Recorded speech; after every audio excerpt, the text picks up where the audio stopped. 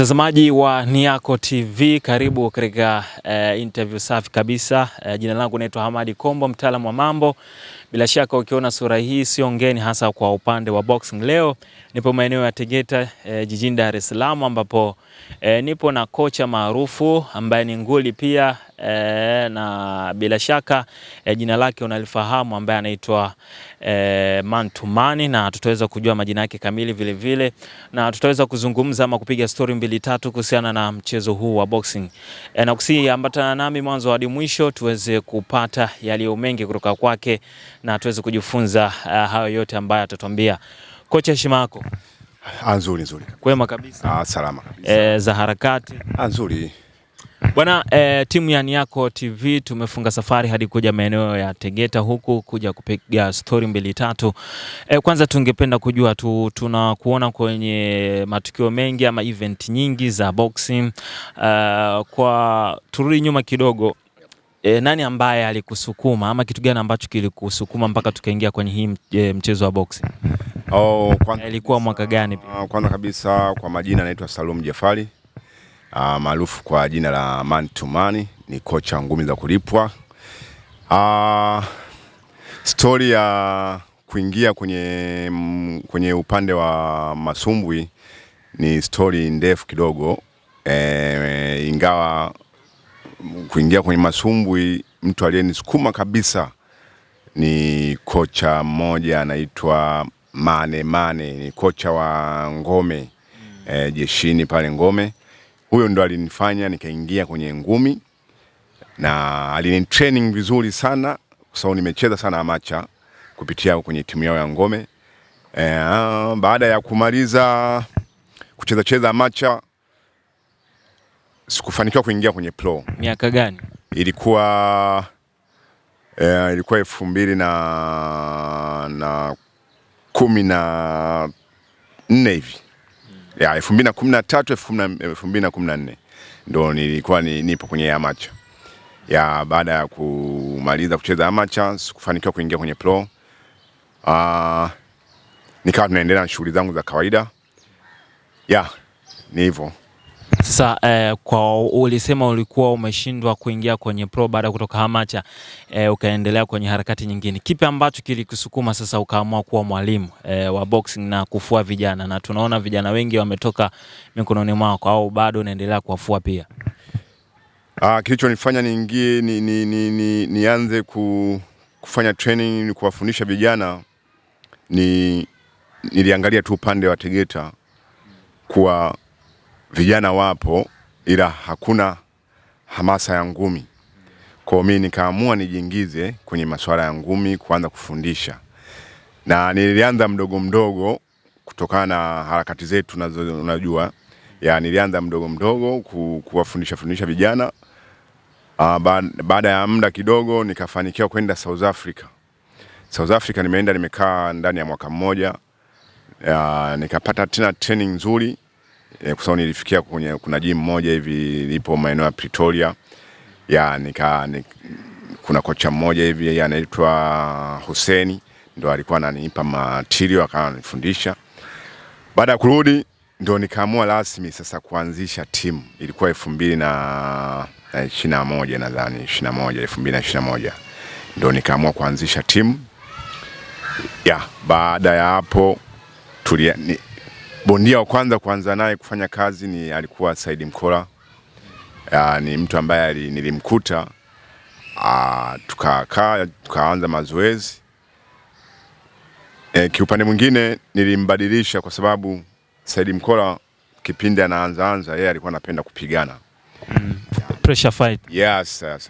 Sasa mimi nilivyofika kutokana na training ambazo nilizozipata za South Africa, nikaanza kumfundisha namna ya kucheza. Sio tena kupigana, ni kucheza. Na alikuja kuwa mzuri sana Said Mkola.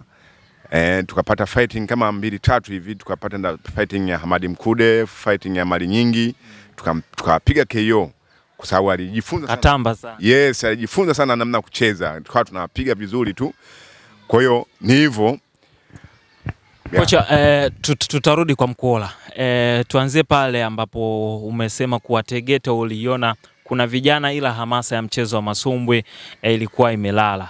Tangu ulipoanza miaka hiyo ya 2020-2021 mpaka hivi sasa, una chochote ambacho unajivunia kwa lile lengo lako ambao uliingia nalo kwa lengo la kubadilisha ama kuleta hamasa kwenye mchezo wa masumbwi kwa upande wa Tegeta? Najivunia kwa kweli, kwa sababu nimepambana sana kwa kuvumilia mambo, kwa kupitia mambo mengi. Mpaka sasa vijana nilioanzisha na kula matunda. Nashukuru Mungu. Wapo kina John Patrick, wapo kina Amos Misana, wapo kina Eva Samuel, wapo kina Kasim Gunda, wapo kina John Sergeant, wapo mabondia wengi ambao mpaka sasa wana rekodi zao ziko vizuri, akiwemo Samola Jonas. Nikiongelea kwa upande wa John Patrick, ni bondia ambaye kanionyeshia nidhamu nzuri sana kwa sababu mabondia sasa hivi nidhamu sio nzuri, yani wana tabia, yani vichwa vyao vibovu. Ila kwa John Patrick amenionyesha nidhamu nzuri. Ukiangalia sasa hivi ana nyota 2. Ana nyota 2. Sasa hivi tunasubiria tu mechi sasa hivi.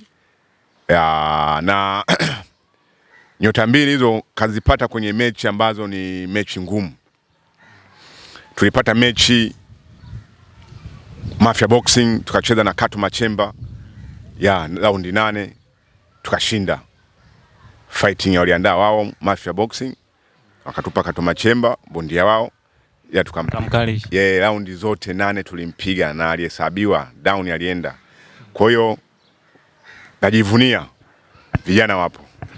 Kocha, kuna hili swala ambalo ukizungumza na makocha wengi wanalalamika kuwa pengine bondia anapopata mafanikio au ambapo anaenda kucheza mechi zenye manufaa zaidi, wanawasahau sana makocha, na hata wadau wa masumbu wanasahau sana makocha, wanafocus sana na mabondia. Kwako upande huu umekaaje? Kilio iko ni kilio kikubwa kwa sisi makocha. Hata mimi limenikuta. Yani hata mimi limenikuta mabondia kama unavyosema, wakipata mechi, wakipata hela, basi wanaweka mfukoni, hawakumbuki nyuma walikotoka, mkumbuki kocha. Unajua ngumi hizi ni bondia bila usimamizi hawezi, ila tu hawajitambui, ila bila usimamizi hawawezi. Kwa inatakiwa sasa usiwe na roho mbaya. Umesimamiwa vizuri, umekubali kusimamiwa, basi ukipata hela muangalie na aliye kusimamia ili mgawane riziki. Ila mabondia wengi hawajitambui. Kilio kimenikuta kwa kweli kwa mabondia, baadhi ya mabondia kama wakiwemo mfano ipo Said Mkola kwa kitendo alichokifanya sio cha ungwana. Na alifanya nini kwa upande wako? Kwa upande wangu Said Mkola toka nimeanza kumtraining mpaka ameanza kupata hela, sijawahi hata kula shilingi 100 yake.